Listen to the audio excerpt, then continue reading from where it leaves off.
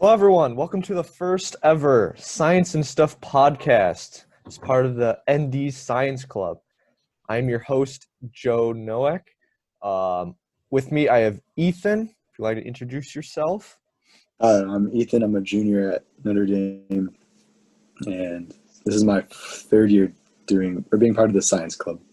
Yeah. So I'm Joe. I'm the president of the Science Club. I've been with it for about 4 years now. And with us, we also have our teacher and moderator, Mr. Og. Hello. So, I think that for our first pilot episode, I think it would be cool if we discuss some nice science-related news that's been going around recently. And what else to start off than something heavily political? So, I think we're going to start off talking about the future of NASA and how it's going to change with like Biden going in and Trump leaving.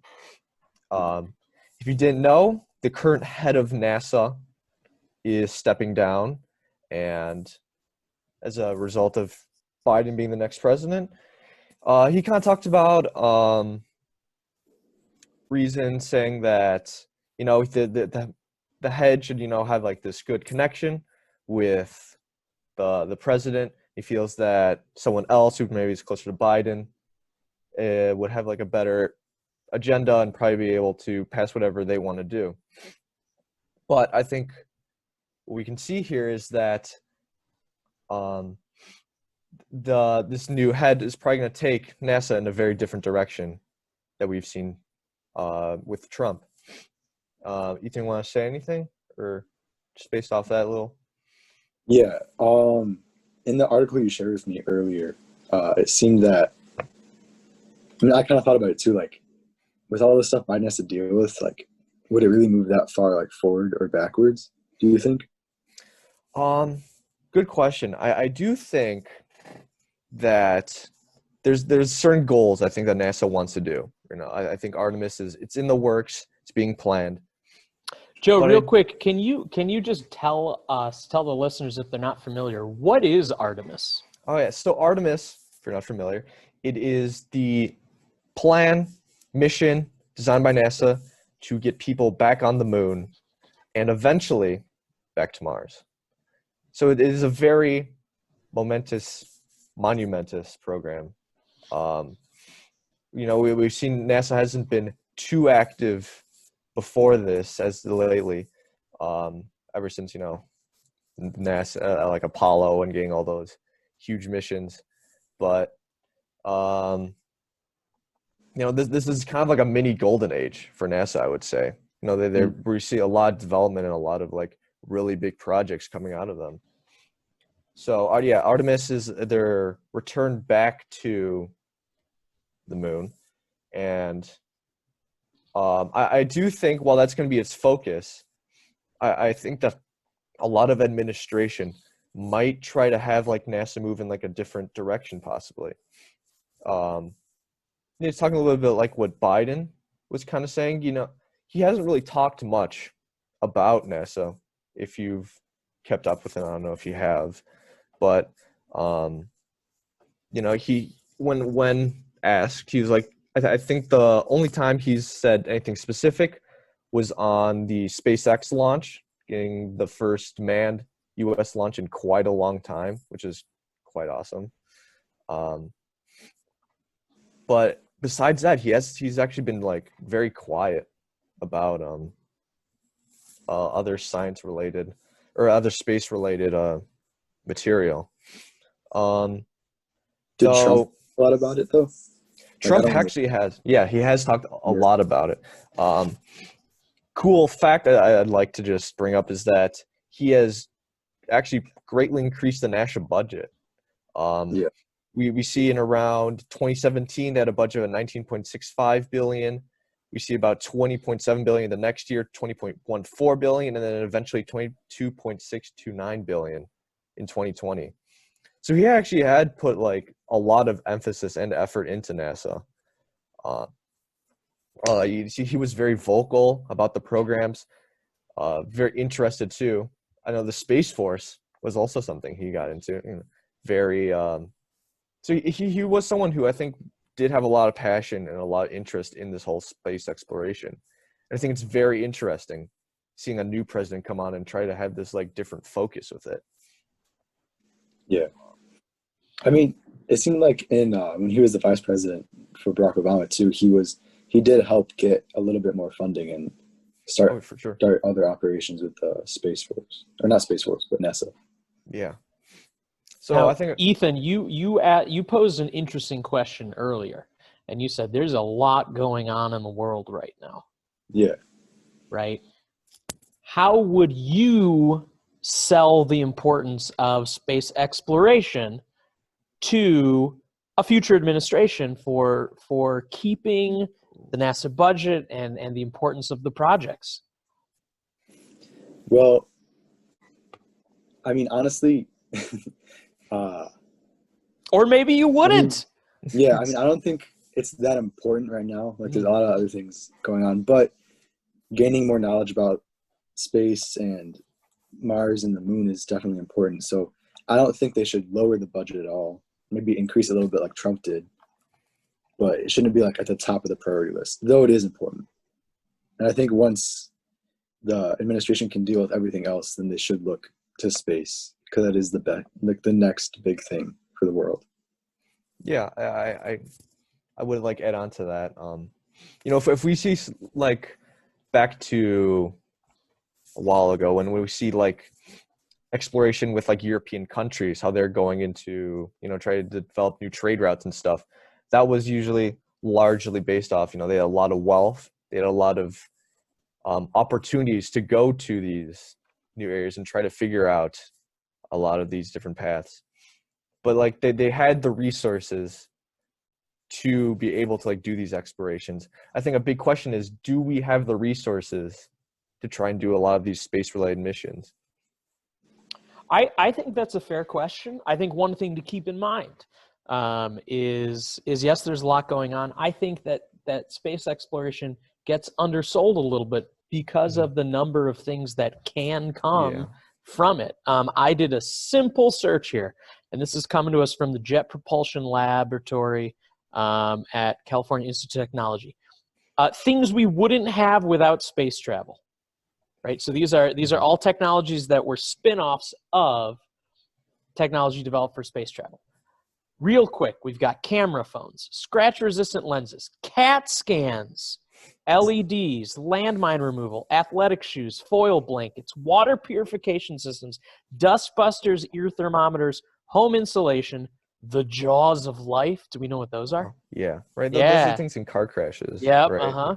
Wireless headsets, memory foam, freeze-dried food, adjustable smoke detector, baby formula, artificial limbs, computer mouse, and the portable computer. Wow. And that's weird because, you know, if you look at it right now, like they have a budget of like 0.4%, I think. So imagine if they had like a budget of like 1%, like just like 1% of the total, how much they could really do with that. I think that's crazy. Yeah, for sure. Maybe just bring it around to one more like just like the general topic. Do we kind of see NASA in the future, maybe just like the Biden administration, let's say? Do we see it be more focused on like space travel, or do we see them trying to do or focus more on like Earth-bound problems? What would like Earth-bound problems like involve? I think mainly it's climate change. From what we've heard from a lot of these people surrounding Biden is that climate change is the problem right now for scientists to tackle. So I think do we see them focus more on space travel? Do we see them focus more on climate change?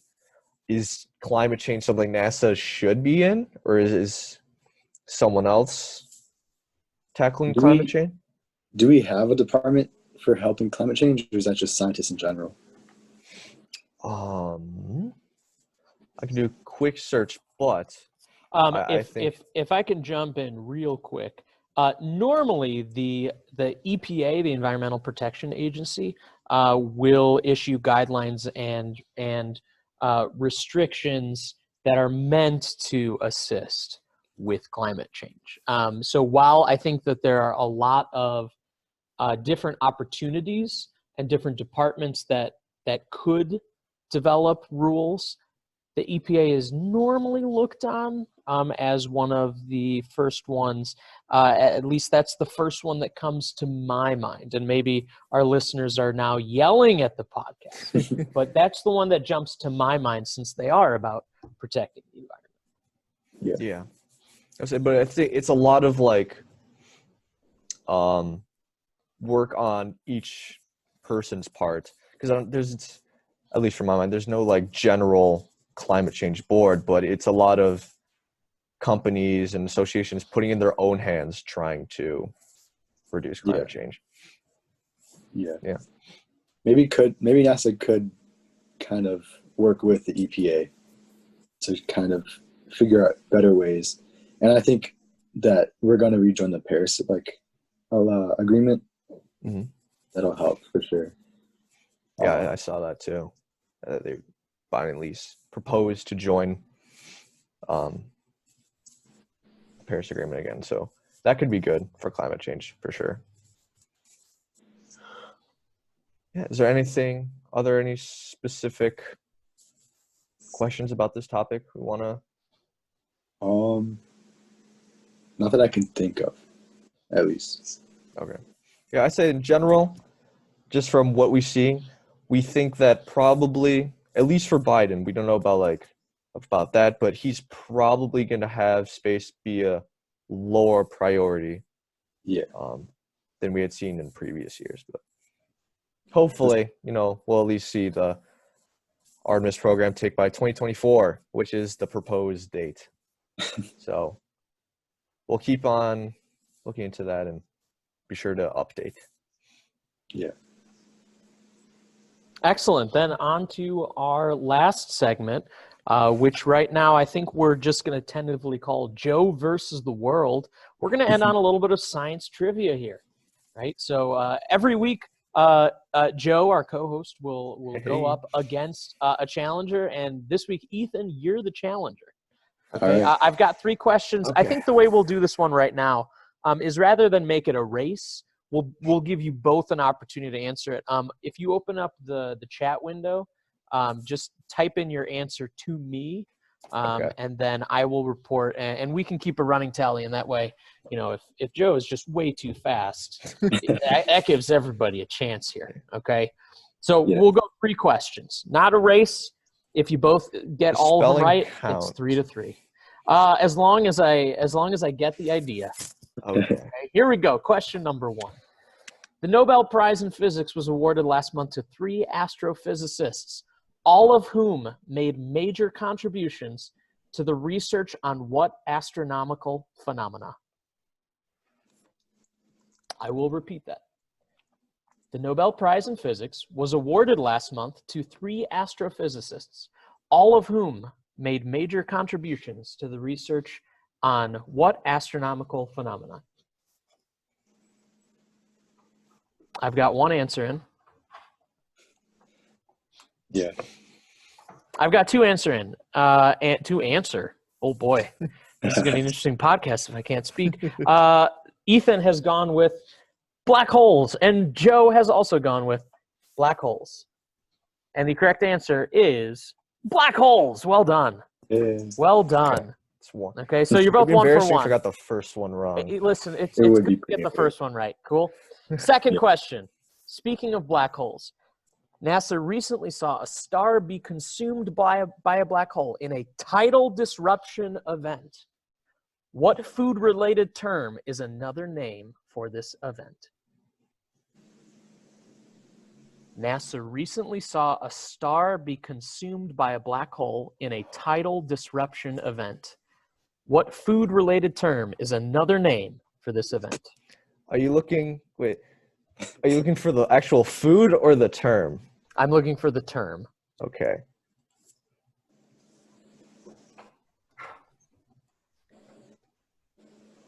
Ethan's answer is in. Joe's answer is in. They have both gone with spaghettification, which is the correct answer. Well done. Well done. Yeah. That's one of my Yeah. favorite physics terms Yeah. because it doesn't sound like it should be one, but it most certainly is. I can thank Crash Course Astronomy for that There one. you go. I thank Mr. Augustinski for that one. Who also thanks Crash Course Astronomy. Absolutely. Last question. Question 3. On Halloween, a pretty cool full moon occurred. It was also the second full moon for the month of October, which categorized it also as what other type of moon? On Halloween, a pretty cool full moon occurred. It was the second full moon for the month of October, which categorized it also as what other type of moon? Listeners, this one has them thinking pretty hard. Ethan is staring off into space. No I have pun an intended. idea. Joe is scratching his face. Ethan's answer is in, but he put it with a question mark. We are not officially Jeopardy, but My bad. and Joe's answer is in. Ethan has gone blue moon. Joe has gone blood moon, and the correct answer is blue moon. Let's Oh, go. That's I saw Okay. you standing alone. So there you go. Ethan off to a start with a perfect 3 for 3. dang. And that means the world is leading Joe by 1. But it's Yeah, close. that's if I don't win a single game throughout these podcasts, it's gonna be kind of embarrassing, but It's the first one. it's It's you know the what? first one. There will be many others. So there you have it. That ends our Joe versus the World segment for today. Yeah. So thank you all for listening to this first pilot episode for the ND podcast. We're gonna try and get these off a weekly, 2-week kind of basis, but yeah, make sure you tune in. If you have any suggestions for a better name for our podcast or any comments in general, we'll be sure to read them off at the end of our episodes. So make sure you give us those comments. And thank you all for listening. We'll be Thank you for signing having off. me. Yes, thank you, Ethan.